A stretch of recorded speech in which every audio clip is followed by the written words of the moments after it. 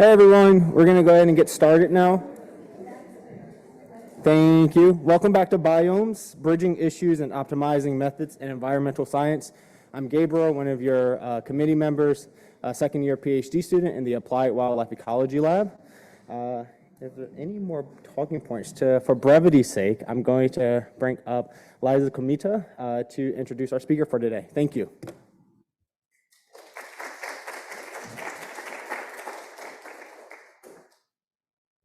Hi, for those of you I haven't met yet, I'm Liza Komita. I'm a professor of tropical forest ecology here in the School of the Environment. I am super excited to have Frances Seymour here. I wanted to plug while I'm up here, so don't forget that this is being co-sponsored by the Yale Center for Natural Carbon Capture, which I'm the co-director of, and we're sponsoring different seminars across campus, and we'll have a symposium in May this year, so keep an eye out for those events. I have been trying to get Frances Seymour here to YSE for over 4 years at this point. And I'll give you a brief introduction. She said she has some background slides as well, so I don't want to cut too much into her time, but I also want to make sure you all understand how awesome she is.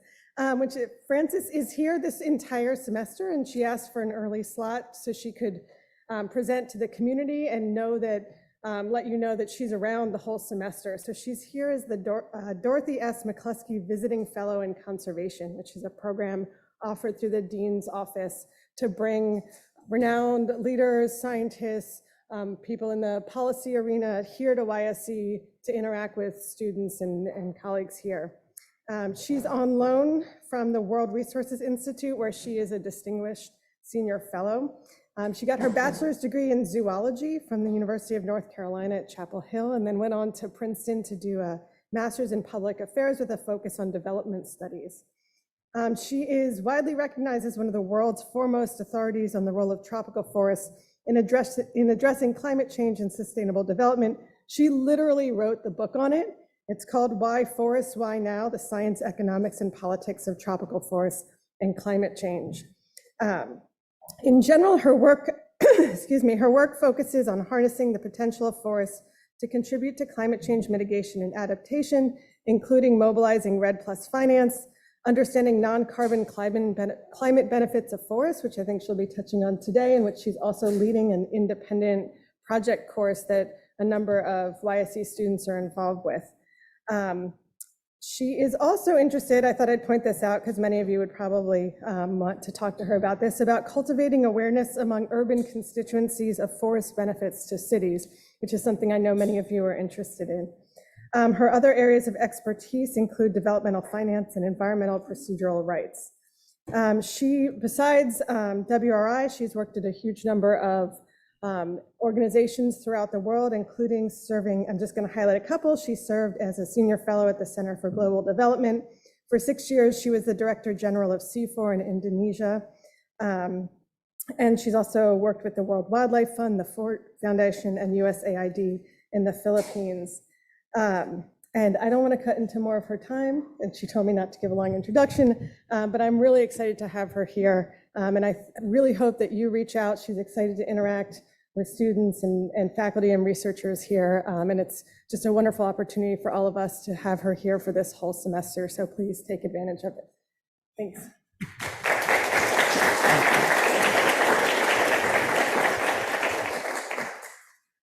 So I had asked Liza to keep it short. Hate to hear a long introduction. How's the audio? You hear me okay? Okay, so I am speaking today about tropical forests as the Cinderella of solutions to climate change. And not anticipating such a complete introduction, I had prepared this slide to introduce myself, more to sort of disclose where I'm coming from, where I've been on the left side, some of the institutions I've been affiliated with, the book that Liza mentioned that many of you may know me by, and then importantly, my current affiliations, my home institution at World Resources Institute, my current semester-long gig here at the Yale School of the Environment. But also I didn't want to forget to mention that in my personal capacity, I also serve as chair of the board of something called the Architecture for REDD+ Transactions. And I think that one in particular, but all of them, may color the way I think about these things and my sort of public stances on them. So just wanted full disclosure to let you know of the various roles that I play. So, whoops, did I miss one? Oh, okay, so the presentation structure that I'm gonna, this is the wrong presentation. Oh dear, sorry, we need help. I'm sorry guys, we're gonna have to take a 2-minute break. This is the wrong one.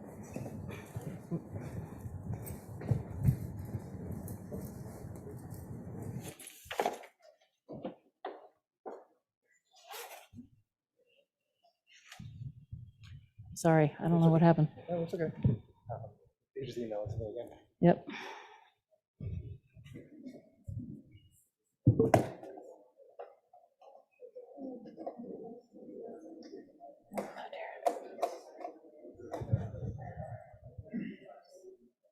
Checked it on this machine. Shut down mine, so it's going to take a minute.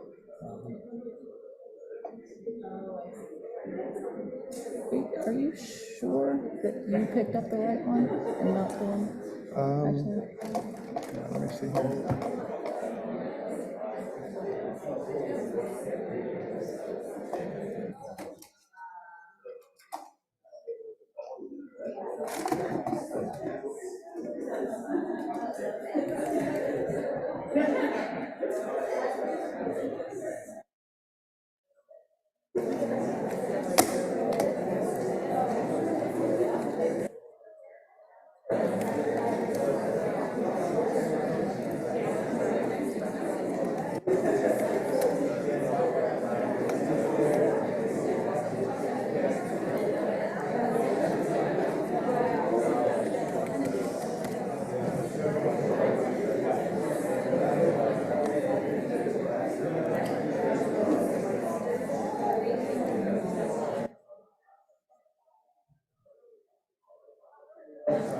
About Keon, is that right? MCKEON.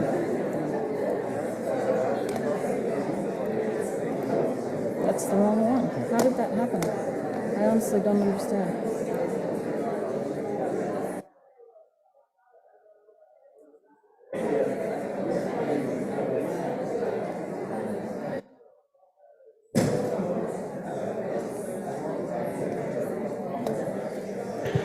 While we're waiting, if anybody is interested in volunteering to be part of the BIOMES committee, you get to hang out with this guy and a couple of other guys and me every week. And we think about the speakers coming up for the fall semester and the spring semester. So if you have some ideas, we're looking for people, especially master's students and early PhD students. So if you're interested, get in touch with Gabe and he can make it happen. Just trying to fill the time. Anybody else have a joke or something? Okay.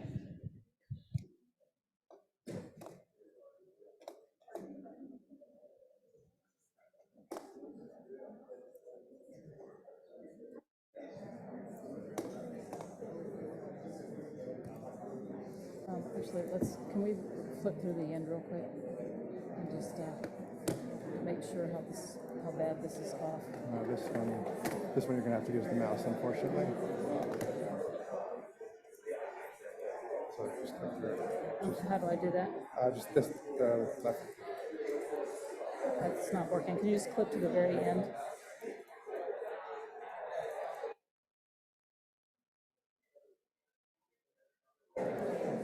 Keep going, keep going. Just want to make sure it kept, yes, okay. This is great. This will be fine. Here, you can actually use the arrows here. The remote works.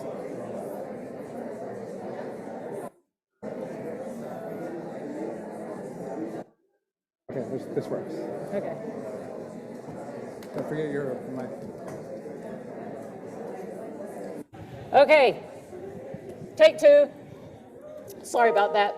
This is what happens when you transfer your file at the last minute before coming into the room. So what I was missing, knew that I was in the wrong presentation, is that yesterday afternoon I ran and was introduced to a faculty member here who was like, what's up with the Cinderella thing? Are you Cinderella? And it's like, I guess I need to explain the metaphor. So remember that Cinderella's name comes from the fact that her job was to clean up the ashes from the family fireplace, right? And so the analogy is that forests are the ones that clean up, carbon emissions from burning fossil fuels, in the atmosphere. But we can extend the metaphor further if we are brave. Cinderella was the neglected stepsister, and she wasn't invited to the ball with Prince Charming. But in the same way, forests, I would argue, have been neglected in global climate policy. A fairy godmother was the one who got Cinderella to the ball, and arguably it was Red Plus, which I'll be talking about later, that got forests into the UNFCCC negotiations in the Paris Agreement. And finally, you'll recall it was the fit of Cinderella's foot into the glass slipper that confirmed her of worthy of marriage to the prince. And so the question before us now is whether tropical forests and carbon markets will make a good fit. All right, so my presentation structure is going to be in three parts. First, I'm going to review the importance of tropical forests to climate change, which is, I think, familiar with most of you, but sort of useful to have a quick summary. And then suggest a few reasons that I think they've been relatively neglected in climate policy.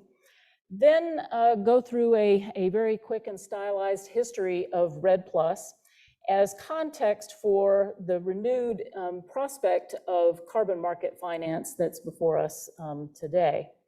And then take a few minutes at the end to give you a sneak preview of a forthcoming WRI research report entitled Not Just Carbon, Capturing All the Benefits of Forests for Stabilizing the Climate, which is the focus of an independent study project course that I'm working with Liza on this semester with a number of students here at the school. So getting started on basics of tropical forests and climate change. So this graph off to your left is sort of an infographic that came out of the book that basically said, if tropical forests were a country, their emissions would rank number 3 after China and the United States, and more than all the emissions from the European Union. So we wouldn't ignore any other source of emissions that was that significant, right? So pretty big up there. Another way to think about it is that emissions from forests on net are about half of the emissions from the land sector. This is from IPCC numbers. But of course, the net is very important because forests don't only interact with the global carbon cycle through deforestation-related emissions, but also the land sector is a very important sink for removals of carbon from the atmosphere. That's the Cinderella part, right? And these are, some WRI stylized numbers from global emissions and removals from the land sector, with that increment being roughly equivalent to the total greenhouse gas emissions of the United States annually. So again, these are big numbers. My colleague Nancy Harris at WRI early last year published a great report, I think it was Nature Climate Change, putting some more specific numbers on carbon dioxide fluxes from forests globally. And this map shows where the forests are a strong source of carbon, the sort of deeper purple color, and where forests are a net sink. And so you can see that while there's a lot of green and dark green in temperate areas, tropical forests are also important sinks. But alarmingly, that paper showed that really it's only the Congo Basin forests that remain a strong net sink. The Amazon region sort of teetering on the brink of tipping over into a source, and Southeast Asia already a net source. So we're losing the battle of keeping tropical forests as a net sink. Tropical forests, by those measures, are an essential element of any climate solution. I mean, we've known that for a long time, but we keep getting reminded. And now the consensus is pretty much that we pretty much need to not only end tropical deforestation, but reverse it and get real busy on restoration by the end of this decade in order to keep alive the prospects of a 1.5 degree target. It's an essential part of the solution. This figure is from the IPCC 1.5 degree report. And you'll just see that, I've circled in my crude red circle there, that point at which all emissions from the land sector, the AFOLU emissions, need to cross the zero line very early in this timeline to the end of the century, and needs to start declining while other emissions are still going up, again, in order to keep open the possibility of getting to net zero. And there have been a lot of estimates about, how much of the cost-effective mitigation is available from the land sector. Griscom et al. Famously estimated about 30% of cost-effective, or more than 30% of cost-effective emission reductions between now and 2030, or then in 2017, were from nature-based solutions, with conservation and restoration of tropical forests and peatlands being a very large share of that. So it's unfortunate that given how significant forest-based emissions reductions and removals are to solving the problem of global climate change, the finance and political attention given to tropical forests is nowhere near commensurate with that mitigation potential. And, tropical forests, this estimate done by Climate Focus in the context of the New York Declaration on Forest Assessment a couple of years ago, estimated that forests get, at best, less than 3% of climate finance flowing to tropical deforestation countries. I'm frustrated that media attention often misses the land sector and forests in particular altogether. I can't tell you how many articles there have been in the Washington Post about CDR removal technologies, and they never mention photosynthesis. It's just a completely separate realm. And last week at Climate Week discussions, I heard Lord Goldsmith, one of the ministers in the UK government, talk about that, forests have remained on the margins of the margins of the margins of global climate policy discussions. And I think that's really true. Now, some of you may race forward and say, but wait, at the last COP26 in Glasgow last December, there was a lot of focus on forests and a lot of forest-related commitments. And that's true. And the UK government gets a lot of credit for orchestrating that. But I'm afraid the jury's still out on whether those new commitments will really make that much difference, because we kind of seen this movie before. I mean, we had a New York Declaration on Forests back in 2014, and we're still haven't solved this problem. What are the reasons for this relative neglect? I'll just advance a few up here, and you'll probably think of others. I mean, stepping back and squinting at it, I think the main reason is that the discourse on climate change is mainly dominated by industrialized countries. And for them, the issue is the energy sector transition, which is very significant to their economies. But that ignores the role of the land sector, which in many developing countries is the predominant source of emissions. And so the land sector transition is actually a very important one. Also, as detailed in my book, there's a real fraught history of North-South collaboration on forests. Some of you may be old enough to remember the ill-fated Tropical Forestry Action Plan launched by the FAO, but with WRI and World Bank and other institutions collaborating, that was singularly unsuccessful. Shortly after that, failed negotiations toward a global forest agreement that was supposed to be part of the Rio package, but it degenerated into acrimony as developing countries, asked for a compensatory finance for ending deforestation, which was seen as a pathway to development, and industrialized countries wouldn't pony up. Forestry sector has politically sensitive issues, corruption, indigenous rights, things that, governments actually don't want to deal with, whether they're on the donor or recipient side. Relative weaknesses of the constituencies for forest protection, indigenous and local communities, environmentalists, conservationists, versus the vested interests in deforestation as usual, which are often politically corrected, commercial scale agriculture these days, and not a very even lineup. And then finally, I think there's sort of an underlying skepticism among people who actually, want to do something, that our interventions can actually be effective. And, people like my age, we've sort of been through cycles of having the silver bullet related to technological fixes or economic shifts or governance interventions. And frankly, nothing's really worked. And we can see that by these these bar charts that my colleagues at Global Forest Watch publish every year based on Landsat data that's interpreted by the University of Maryland lab. And it shows, a pretty steady upward march of tropical tree cover loss over the last 20 years. That we've colored in the bars for Brazil and Indonesia, because they are certainly two big contributors, and you can see, significantly explain some of the variation year on year. But this is not a confidence-inspiring graphic.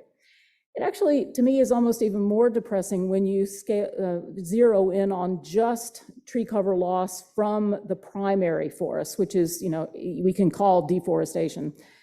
And, again, it's a gradual upward trend, if anything. And this year, for the first time, my colleagues were able to separate out the forest loss due to fire versus non-fire. And so the fire is the brown bars. And you can see that explains a lot of these, spikes from year to year, but it's also an increasing absolute and relative portion of the overall forest loss, which to me suggests, we're starting to see the signal of impacts of climate change itself on forests as warmer, drier conditions make them more vulnerable to fire. Because, if you've ever been in a tropical rainforest, it's really hard to burn. And so the fact that we're seeing this is pretty scary. All right, so that's the picture of the state of tropical forest loss impact, significance for emissions. So now let's go back and talk about REDD+ and the prospect of carbon markets. So in case there's anyone in the room who doesn't know what REDD+ is, it stands for Reducing Emissions from Deforestation and Forest Degradation, Sustainable Management of Forests, Conservation and Enhancement of Forest Carbon Stocks in Developing Countries. I want a medal for reciting that without having a cue card. It was negotiated as a framework under the UNFCCC for about 8 years between 2007 and 2013. And its key unique feature and fundamental proposition was that it was a way to channel performance-based finance to developing countries commensurate with their actual success in reducing emissions from deforestation or enhancing removals. Importantly, the UNFCCC decisions were that that performance should be measured at jurisdictional scale, defined as at the national level or on an interim basis, subnational jurisdictions such as states or provinces. The figure on the right is just kind of a stylized depiction of how it works. You basically have a historical emissions trajectory. You agree on some reference level related to that historical emissions trajectory. Any performance in terms of success in reducing emissions below that reference level results in that orange wedge, which is what you get compensated for either through public funding or market-based finance. Okay, so REDD+ is fairy godmother. So it was really REDD+ that got for us a place in the UNFCCC, and it was kind of seen as a win for everybody, a source of low-cost emissions reductions, globally, a source of development finance for developing countries, something for everyone.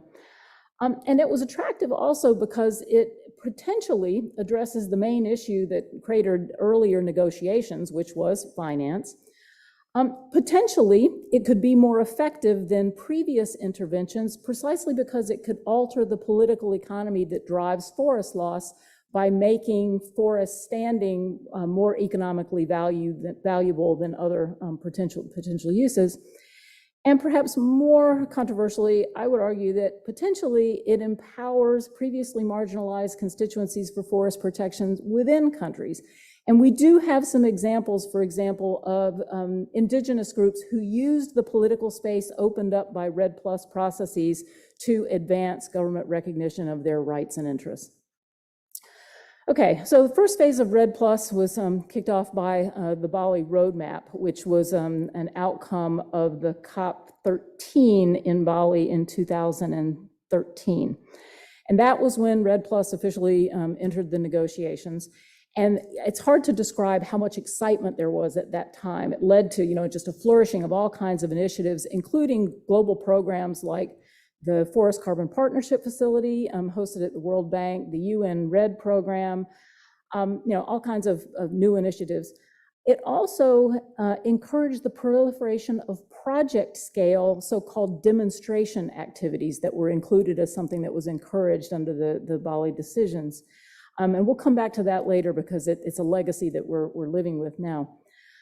It created expectations of large-scale finance on the part of forest-rich developing countries, but it ended in disappointment because at that time, everybody thought COP15 in Copenhagen was going to result in a globally binding agreement for emission reductions that would launch a global market for forest carbon and all this demand, and forests would be right there, ready to receive it. But of course, as we now know, that didn't happen. So as a result, for the whole next decade, REDD+ kind of languished in this purgatory of being completely dependent on results-based finance from donors.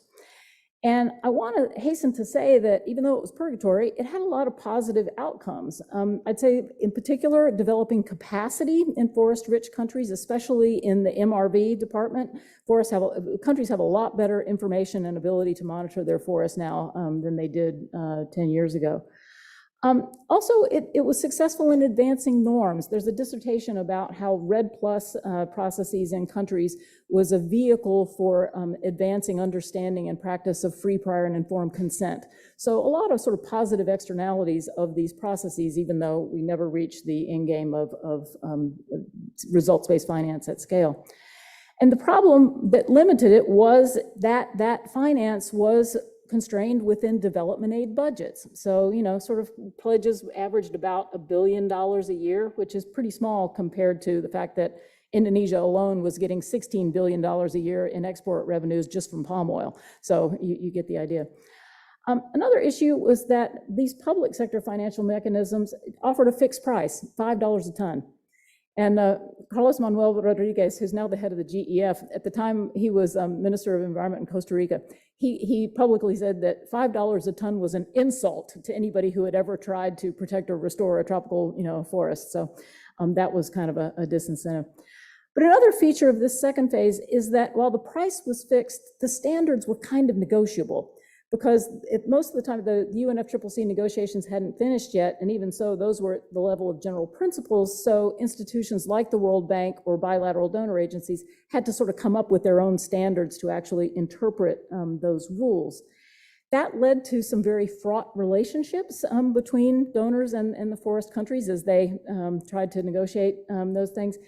Led to long delays in finalizing agreements and payments. For example, many of the emissions reductions payment agreements under the FCPF took years to negotiate.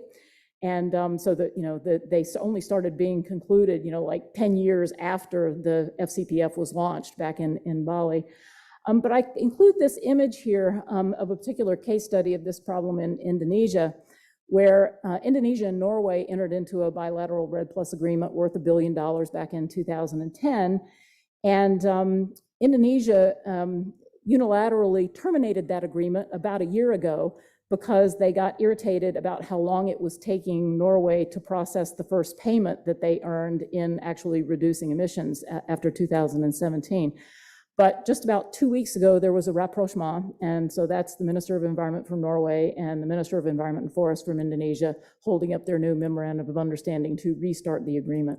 Anyway, it sort of proves the point of the difficulty of these relationships. And finally, the credits generated through these processes were not held to the same standard, over time or across countries. So they're really kind of not necessarily comparable or sort of fungible in a carbon market sense. So not quite market ready. So that brings us to what might be the third phase, which would be a market phase of finance for jurisdictional scale REDD+. And again, not a newsflash to most of the people in this room, but there has been an enormous surge in carbon markets just in the last 18 months. This is a figure from the ecosystem marketplace showing the increase in the value of the transactions year on year. And you can see just this huge jump between 2020 and 2021. And while this figure is for all demand for all or transactions in all carbon credits, a significant portion of that jump is due to the increase in volumes and the increase in price per credit of forest carbon credits. However, all the credits included in this for forests are project scale credits and do not yet reflect any transactions in jurisdictional scale credits. So with the rise in demand, there has also been a rise in concerns. And many of the issues that were first flagged, 15 years ago when we first started talking about REDD+ are now back center stage. Some of these are concerns about demand side integrity. It's like, well, if we let companies buy these credits, they won't reduce their own emissions, and they'll use it for greenwash to, distract attention from the fact that they're actually actively lobbying against progressive climate policy, with their left hand while their right hand is buying forest carbon credits. But it's important to recognize that this issue is not unique to forest carbon credits. It applies to the purchase of any type of carbon credit, but somehow all the media attention, Exhibit A, the recent John Oliver piece on offsetting, tends to focus on forest carbon credits as perhaps the most ironic or sort of poster child examples. And so there's a lot of concern about that risk of greenwash. Second concern, the next two sets of concerns are really more about the integrity of the supply side. A whole set of issues related to the environmental integrity of forest carbon credits, and a lot of attention particularly on the risk of inflated baselines from project scale credits. You may have seen some of the exposés showing that a lot of projects that have issued a lot of forest carbon credits, turns out they're crediting against a baseline that turned out to be pretty optimistic or pessimistic, depending on your point of view, of what the deforestation pressure would actually be in that surrounding area. So that's an area of concern. But importantly, concerns about social integrity are again at the fore. And, anybody could observe that in most countries, the rights and roles of indigenous peoples and local communities aren't fully recognized. So there's a fear that, with a surge in the market for forest carbon credit, so there will be a surge in incentive for carbon grabs on the part of public or private actors. So this translates into a whole set of challenges for those of us who think it would be a good thing to have market demand for jurisdictional scale carbon credits. And I think the first challenge that we face is building confidence that that standards will enable companies or countries that purchase jurisdictional scale credits to enforce compliance with the Cancun safeguards. And I think there's been a pretty fundamental shift in the discourse here just within the last 2 years, where no longer do we talk about safeguards in terms of being just do no harm, with these communities being sort of passive victims who need to be protected, but rather shifting the debate towards the need for these communities to be co-equal partners in designing and implementing whatever REDD+ strategy there is, as well as being entitled to an equitable share of any benefits or revenues that result. Second is overcoming these concerns about environmental integrity. I've mentioned the inflated baselines issues for projects, but for jurisdictional scale credits, there are some additional concerns. One is that a lot of people involved in the whole carbon credit business got their ideas about forest carbon credits back in the era of the clean development mechanism, and are worried about our capacity to accurately quantify emission reductions and removals from the land sector. And remember, though, that in the CDM era, that was when our statistics on deforestation were self-reported numbers by country, reported every 5 years by the FAO. And we live in a whole new world now with, satellite-based and other remote sensing technologies that really enable us to do an incredibly better job at measuring forest-based emissions and removals. And as I mentioned, a lot more capacity in the forest countries to do that. And so a lot of those sort of biases against forest carbon credits really don't obtain anymore. But there's still a question about how to determine additionality, because the question of the degree to which historical emissions reflect what's going to happen in the future, it kind of depends. And it's a special problem with the so-called high forest, low deforestation countries like Gabon or PNG or Guyana that haven't really experienced that steep deforestation in the forest transition curve. So they don't have much of a baseline to credit against. So traditional methods for crediting REDD+ just don't work for them. But adding in some adjustment factor, which some of the standards have done, has been rejected by some people in the market as saying, oh, well, but those are not additional.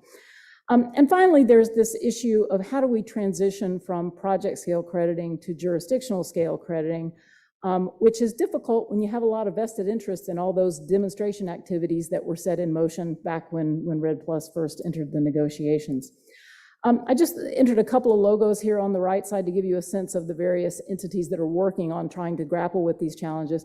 I've already mentioned the Architecture for REDD+ Transactions, which has developed a standard to try to have market-ready credits that comply with a rather prescriptive standard, both for compliance with the safeguards issues, but also a lot of environmental integrity standards.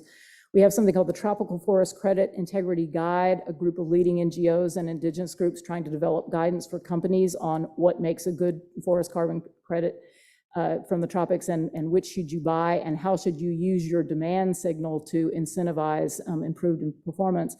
And then the LEAF Coalition, which, as you may recall, was launched by President Biden at his summit a year and a half ago as sort of a buyer's club for jurisdictional scale credits to incentivize action in the forest-rich countries.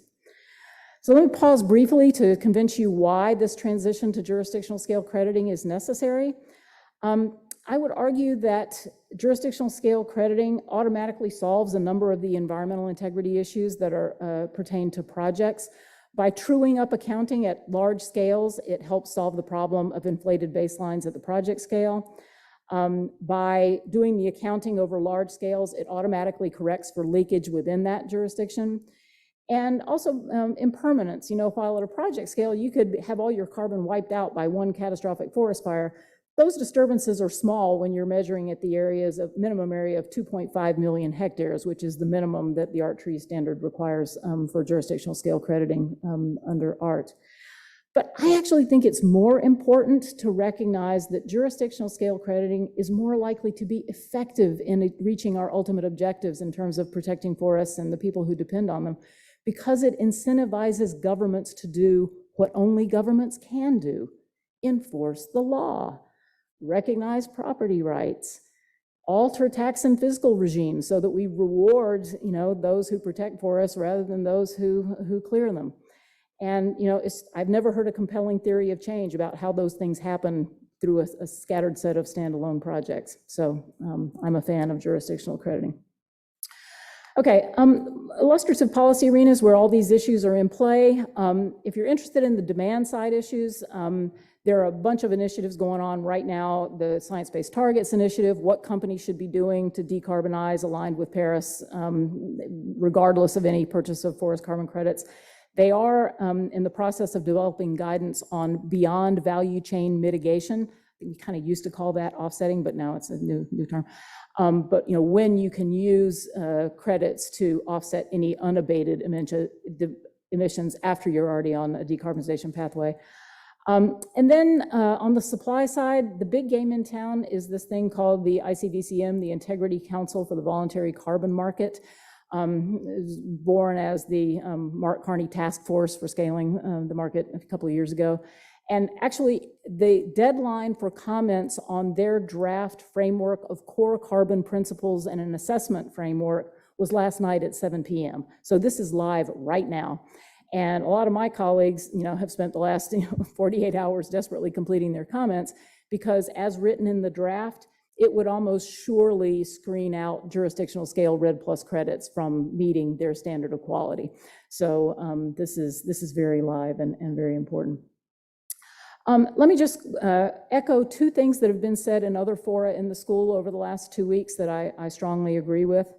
One is, if you were here for the Biomes lecture 2 weeks ago, Wake Smith talked about solar geoengineering. And one of the points he made is that we need to assess risks in a comparative perspective. Yeah, something might be risky, but compared to the risk of no action, what do you think? I think the same thing applies in the RED Plus context. Yeah, there are a lot of risks.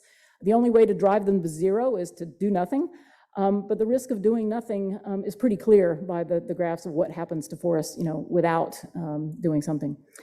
And then the second point is that, and this was made by Mark Trexler in a lecture to the Quality Tropical Forest Credit course at Yale Forest Forum last week. I disagreed with most of what he said, but the one thing I really agreed with is that the right answers to these questions are not fundamentally technical questions. They are political decisions. And so we can't just look to expert panels to tell us what the right answer is. These are societal judgments about the kinds of risks that we're willing to take. Okay, so before I stop talking, I want to briefly touch on this not just carbon issue and give you a sneak preview of this new WI report. The main premise is that, everything I've said up to now has been talking about the role of forests in affecting the global climate through the global carbon cycle. But of course, forests interact with the atmosphere in a lot of other ways. Starting in the northwest corner and going counterclockwise, there's the albedo effect, right? Dark green forests absorb more of the sun's energy than what usually replaces forests, be it snow cover or bare ground, right? Evapotranspiration, forests, release moisture up into the atmosphere in ways that cools the Earth's surface, right? Surface roughness, wind blowing across bare ground doesn't mix as much with the upper atmosphere, but over a rough forest canopy helps take both moisture and energy up into upper layers of the atmosphere. And finally, these aerosols and biogenic volatile organic compounds, so pollen, dust, terpenes, have complex interactions with atmospheric chemistry and do things like, seed clouds, and so affect rainfall, cloud cover, so therefore albedo, but also precipitation. So all kinds of interactions. And a lot of these have been known for a long time. It's not necessarily new science. But what is new is that a group led by Deborah Lawrence at UVA published a paper back in March that did sort of a meta study of all the studies that have been done on various parts of these effects that estimated the direction and magnitude of the impact, like on temperature and precipitation at different scales. And it's really kind of eye-opening. And the graph that I've reproduced here on the right sort of shows a modeling effort that they did by latitude in terms of what would be the effect on global temperature of removing forests in that latitude band. And you can see they've separated out under column A those 4 different effects in addition to climate. In the middle bar, it's carbon versus non-carbon, and then to the far right, column C, it is the net warming or cooling effect on the planet. And so you can see these are not rounding errors. These are non-trivial effects, and so really need to be taken into account in policy. And so our report is trying to actually identify some of those policy implications. Illustrative examples of impacts. At the global scale, this analysis estimated that these biophysical processes amplify the global warming effect of CO2 emissions from tropical deforestation by about 50%. Which means that the current accounting for climate action in forests is systematically biased against the tropics, because the tropical forests aren't getting the credit they deserve. Temperate and boreal forests are getting too much credit because the albedo dominates the effect there. And this is where there's sort of a subtle implication in the title, not just carbon. It's sort of unjust if we don't measure some of these effects. At the regional level, impacts of deforestation on disrupting terrestrial moisture recycling, affecting rainfall patterns downwind, and risking food security and water security, often across national boundaries. These figures I've chosen to put here try to illustrate the source of precipitation that falls in the Amazon basin as well as where the evaporation from the Amazon forest falls as precipitation. And it's a little bit hard to see here, but it shows that a lot of precipitation in the Amazon is generated within the Amazon, not brought from the Atlantic, but also that a lot of the moisture that's evaporated there ends up falling as rain, like in Argentina. And so this is a real question that we don't have institutions to manage. Then at the local scale, deforestation results in significantly increased average and extreme local temperatures that are in the tropics, on par with the effect of global warming. So there are already places on the planet that are 2 degrees or more warmer than they would otherwise be because of deforestation, not because of global climate change. And these are compounding effects and have big effects already on withering crops due to heat events, and also affecting rural laborers who are subjected to extreme heat stress. Policy implications. Maybe we should think about adjusting accounting under the UNFCCC to really account for effect on the Paris targets rather than just greenhouse gas emissions. Need to incorporate these kinds of effects into financing, mitigation finance and adaptation finance. At the national level, clearly these have implications for new NDCs as well as national adaptation plans and sectoral policies related to agriculture, water, public health. And at the local scale, local decision makers actually can act on these effects through local land use planning in a way that they don't have any agency to affect really the carbon dioxide in the atmosphere in a meaningful way.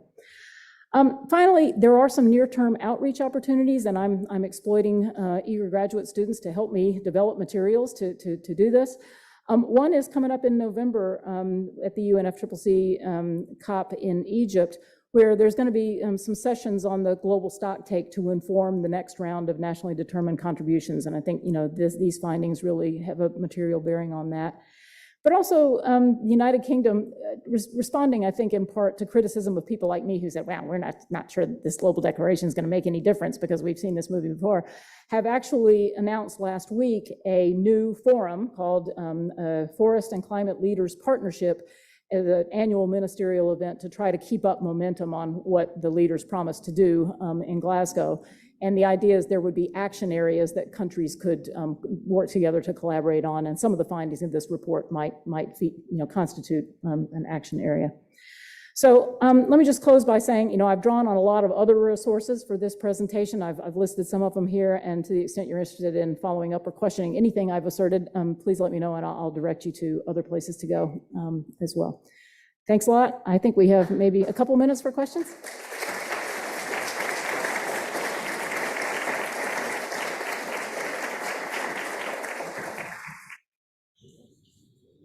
So if anybody has a question, just raise your hand. We'll pass the mic over.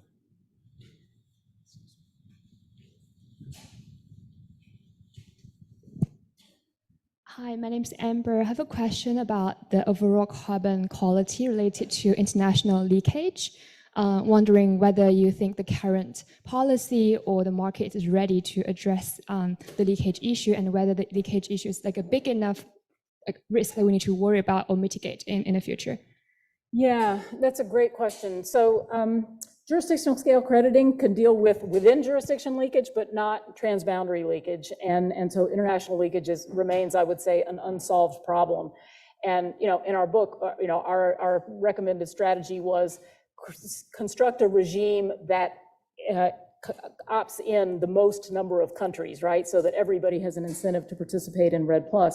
And that's why this issue of crediting HFLD jurisdictions fails that test if you say credits from HFLD jurisdictions, aren't market ready. And so some of the in other words, like if Gabon, can't participate in the carbon market, if we are successful in reducing emissions in other countries, I think it's highly likely that those pressures will leak over into the countries that haven't experienced deforestation yet, right? So I think there's a paper out there, I can't call it authors, estimating international leakage at about 20%. So, one could argue that any portfolio of forest carbon credits should include about 20% of credits from HFLD jurisdictions to sort of counterbalance that potential leakage risk. But anyway, it's a great question and very much open to debate.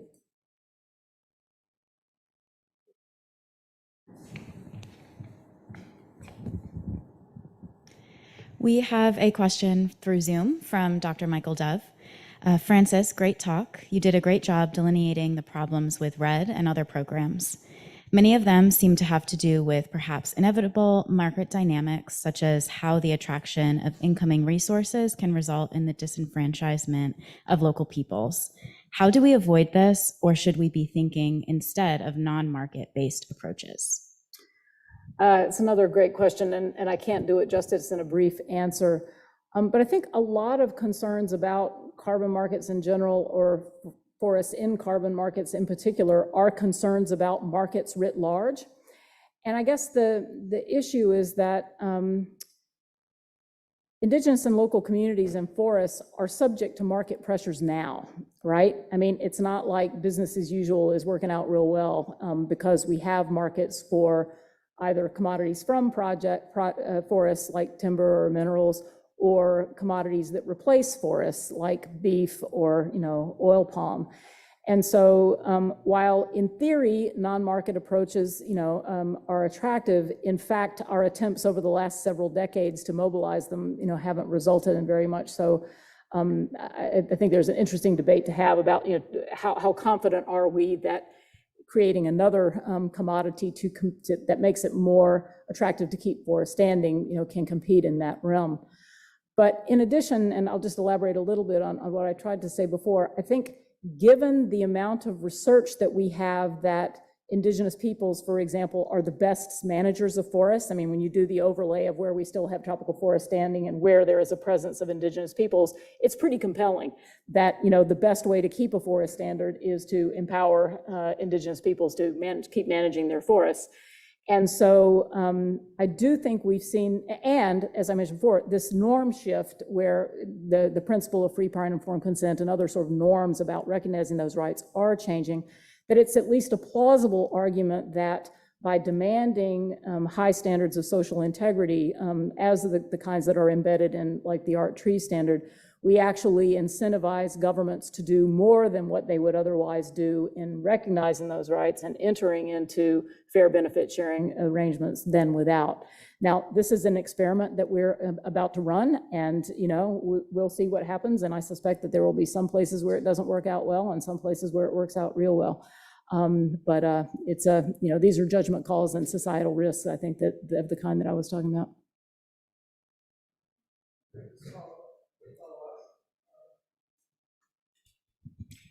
Could I follow up? Sorry, Mary Evelyn Tucker, Forum on Religion and Ecology here. Thank you so much for an amazing talk. And I want to follow Michael's point, but also just to open you up to something that I think you are musical to and open to. So we've got pragmatism of market solutions, which are fantastic. And we have principles of moral forces. Indigenous peoples come from tremendous sense of traditional environmental knowledge, as well as a spiritual sensibility. So I'd love you to just speak about the fact that the Norwegian government, after giving probably 12 billion, was it 6 billion over 12 years for forest protection, realized that an interfaith rainforest initiative was essential to going forward. So I'd love you to just comment on the moral force as well as the pragmatic force in these issues, and maybe say something about the Interfaith Rainforest Initiative. Sure, thanks, Mary Evelyn. Well, I think something that we've all realized is that while international incentives can be a thumb on the scale, at the end of the day, decisions about forest land use are inherently the subject of domestic political economy outcomes.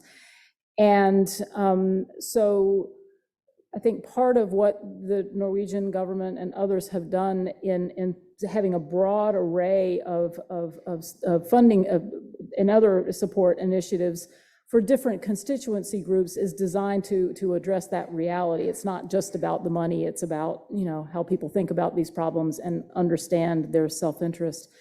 And so certainly both recognizing the spiritual dimension of forest stewardship, for example, on the part of indigenous communities, but also the moral leadership of the clergy. I mean, Mary Evelyn knows I'm the daughter of a Baptist minister.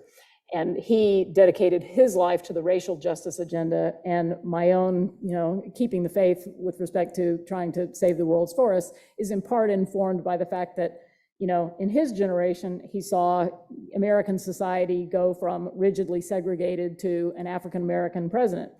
And so I'm hoping that we can have similar norm shifts, with respect to our respect and treatment of the environment in my lifetime. And so I think that sort of, moral principle dimension is quite a part of it. But it's also related to the thing that Liza mentioned about, thinking about the relationship of forests to cities, because I think a lot of urban populations don't really realize not only their own footprint on forests by their consumption decisions, but how much they are dependent on forests for their way of life. And not just trees along the street that helps mitigate the heat island effect. But one of the factoids that comes out in our report is, I'm going to get the numbers exactly, but something like 50% of the rainfall that provides the municipal drinking water in Kinshasa comes from, evapotranspiration from the Congo Basin rainforest. So if you cut down the rainforest, you don't have drinking water in Kinshasa. So there's sort of some direct relationships between urban well-being and maintaining forests. And I think the more we can call out those relationships so that people understand their stakeholdership in protecting forests, not only at the global scale, but at, more local scales, the more successful we'll be.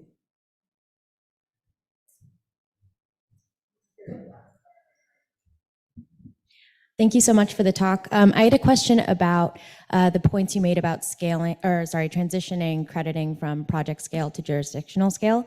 And you list a number of the benefits, but I wonder what the risks are associated with that as well. I think thinking specifically of regions where local governments might not be very stable or facing a lot of issues of corruption, high turnover rates, or possibly not even recognizing local indigenous rights, and how to effectively safeguard in that transition. Thank you. It's a great question. And that has actually been the subject of this initiative. I mentioned briefly the Tropical Forest Credit Integrity Guide with the organizations, because a lot of the organizations participating in that initiative, like the Nature Conservancy, Conservation International, Wildlife Conservation Society, are themselves project developers, and they have projects in important protected areas or with vulnerable communities in places where the government is still far away from being able to mount a credible jurisdictional scale program. So the question is, how do we get from here to there? And we've been grappling together with how to mobilize the project scale initiatives, which are often quite good. I mean, they're really doing good things to help and speed that transition to a credible jurisdictional scale program, and become nested within those programs from an accounting sense, but also from a programmatic coherence sense.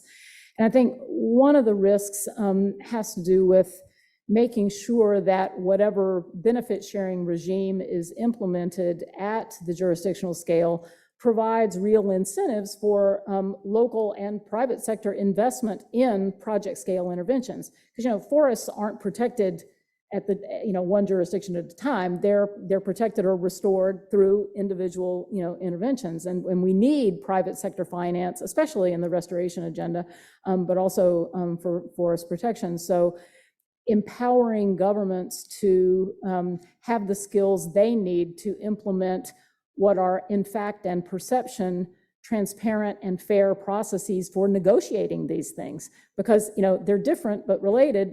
A fair share of benefits for the protection activities of an indigenous territory versus a fair share of benefits for a corporate investor that has invested in removals in this tree planting project over here. Again, these you can show where the relative emissions and reductions have taken place, but that doesn't necessarily mean a fair distribution of benefits would align with that, because then the indigenous community wouldn't get anything, because they would be assessed as not having been at risk. So there are a lot of thorny issues here, and I've just scratched the surface, but you're asking good questions.